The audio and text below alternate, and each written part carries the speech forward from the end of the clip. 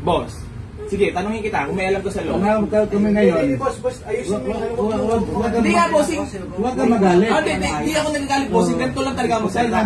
Bossing, ang second hand, ang pagbili ng second hand, kahit kami inaabutan din kami nasira. Okay? So ngayon, segundo pa lang inaabutan namin nasira. Pagkalabas pa lang ng automatic yan, pag nabayaran mo na yung unit yan, automatic as is where is yan, boss. Non-refundable. Ano yan, boss? Second hand yan. Second hand yan at hindi namin binibenta yan ng brand new sa inyo. Kasi nga, bossing, kahit modelo nagkakasira eh. Bossing, ang pagbili ng second hand, kahit segundo pa lang, bossing, pag yan tinirig sa inyo, pananagutan nyo na, hindi namin tinirig sa inyo na bilhin yan. Tama? Galit na kasi yung pagbayad namin. Bossing, wala na ako doon.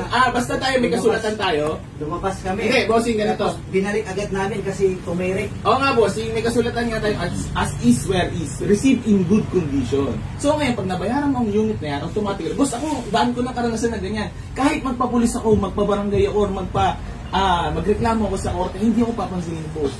Kasi, bossing, ako may binila akong Ford Ranger, 350,000. Paglabas namin sa kanto, boss, tinirik kami.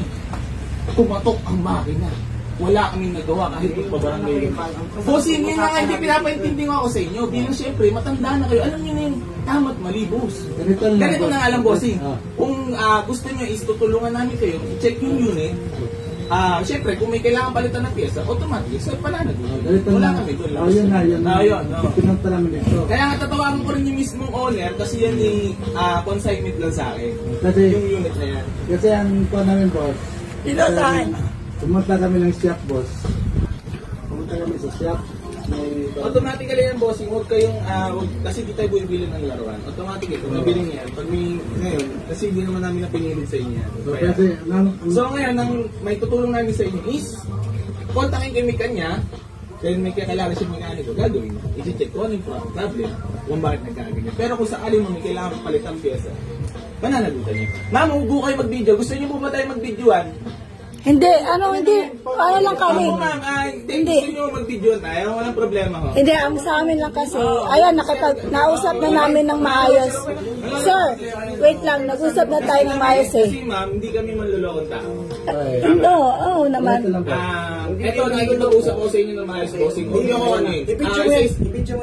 Isa-isa lang ang bossing ah. Ganito na lang, bossing. Kukontakin kayo yung may kanya niyan, dahil may kailangan lang siyang mekaniko, pwede kayo mag-usap. Kasi may kailangan palit ng pyesa, papalitan natin. Kasi ang kanya, boss, kami dadalhin doon sa may shop, mga namin hingin na yun. Kahit hingin lang kami ng kunting suwan lang doon sa paggawa. Ay, hindi mo pwede ho yun. Wala akong ganun, boss. Wala akong ganun. Kahit sa kayo magpunta ka sa boss, nakiintindi mo. Sir, wait lang ha. Tsaka nung nag-test drive kami, ito kasabay namin. Wala na po yan, labas na po. Sabi niya, pag tumirik po ba, pwede po bang ibalik? Sabi niya, hindi pwede ibalik pero change unit. Sabi mo, sinabi mo kuya, hindi po ako sinungaling. Hindi po ako nagsisinungaling. Nung nag-test drive kayo, kasama ka po noon. Walang ganun, second hand yan. Siya nagsabi-sabi, no? Wait, bago kami kasi bumili, nagtanong po kasi kami. Ang modelong sasakyan, bossing ha? Pag tumirik po ba? Tsaka Boss, ganun na lang po, para matapos tayo, hindi na po marusapan. Pa-check nyo na lang po yung unit, then umalis na po kayo. Ano yun, pag chinek po yung unit, sa inyo yung mekaniko, tapos kami magbabayad? Yung kung may kailangan palit ang pyesa, may mekaniko naman kami dito, pipilitin namin i-check ngayon. Pero kung may kailangan palit ang pyesa, automatically, pananagutan niya yun. Kayo bibili niyo, magbabayad niyo. Okay? Ganun na lang, i-check nyo kaya kung ano yung problema. Ano ba problema? Pero kung mag-ano po kayo,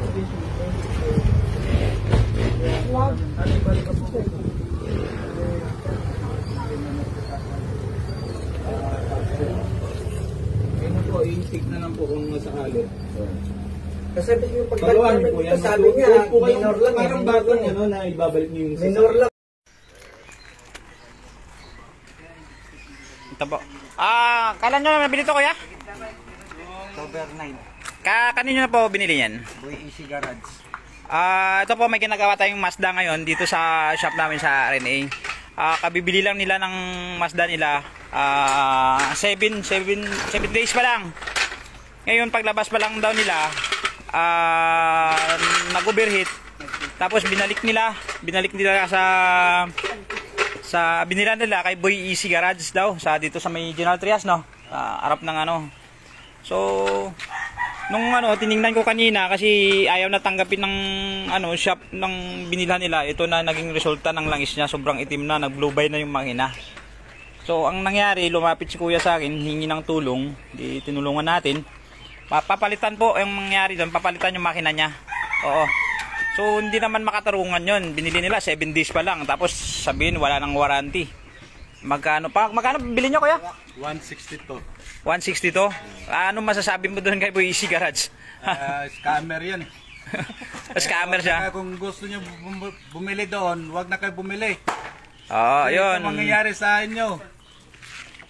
Ayun. Pag nabayaran mo ngayong araw na to, pag nilabas mo na sa garahe nila, kahit ngayong araw na to, kahit isang oras lang, ibalik mo, hindi nila tanggapin yan. Ito po, yan may-ari po. 7 days pa lang nila nabili. Ano ba sabi niya, kahit magreklamo pa daw kay Tolpo? Yun ang sabi. Kahit pa na magreklamo kay Tolpo. May video kami dito. Patag nga na lang si Mr. Rapi Tolpo. Kaya si gawain ni Boy Easy Garage.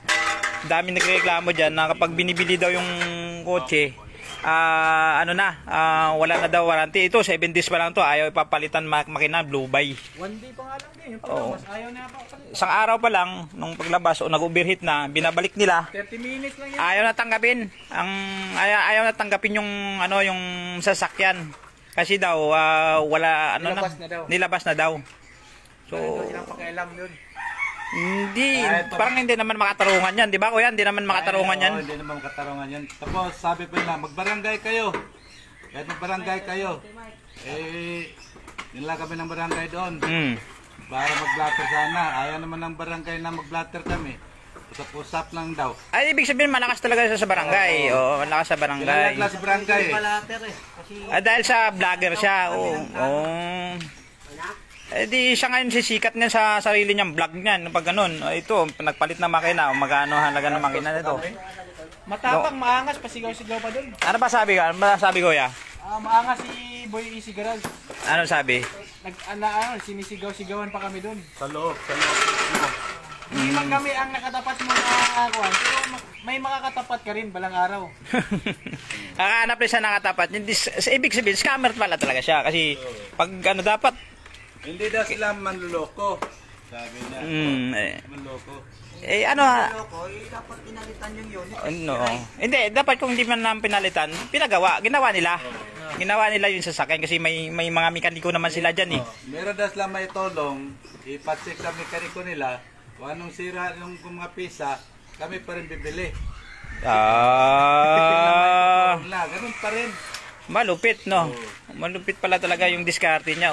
Pasikatin rin natin yan, no? Kasi sikat rin siya na vlogger, eh. I-share natin yan, madami. I-share nyo, no? I-share, tatag ko na lang sa inyo mamaya. mamaya. Namin sa comment, yung nakabili, kasunod lang namin yata. Minuto lang din yan. Umuwi ng Sabila, nasa comment. Sabi po yung Easy Garage, tiri kami dito, bawan mo kayo. Tulungan nyo kami. Anong sagot ni Easy Garage? Bili ka ng lighter. Sindihan nyo? Sindihan nyo. Yung sasakyan. Okay, sige. Ito, sisimulan na nila na mamaya. Sisimulan na nila. Saglit lang. Hello, Ken? Oh.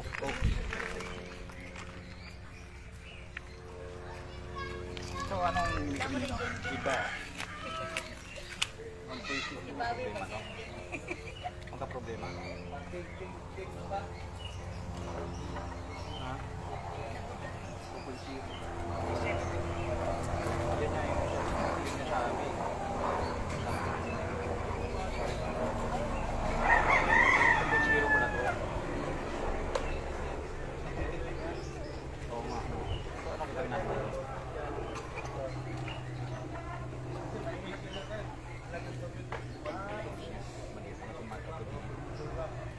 Tapos, pag handle mo, lalapat ko ng sa tabot yung tubig.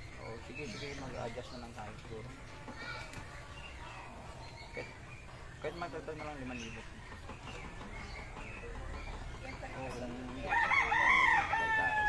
Sige, sige.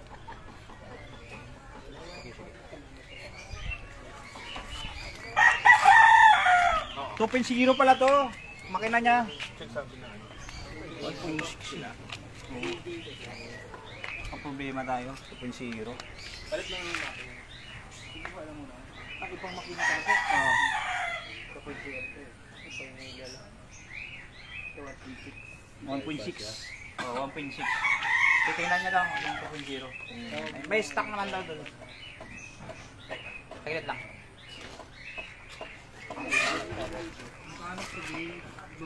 Anong Facebook mo, Jer? Para ma-share natin yung memo. Hindi, Facebook mo. Ah, sige. I-share mo rin, Jer, ha?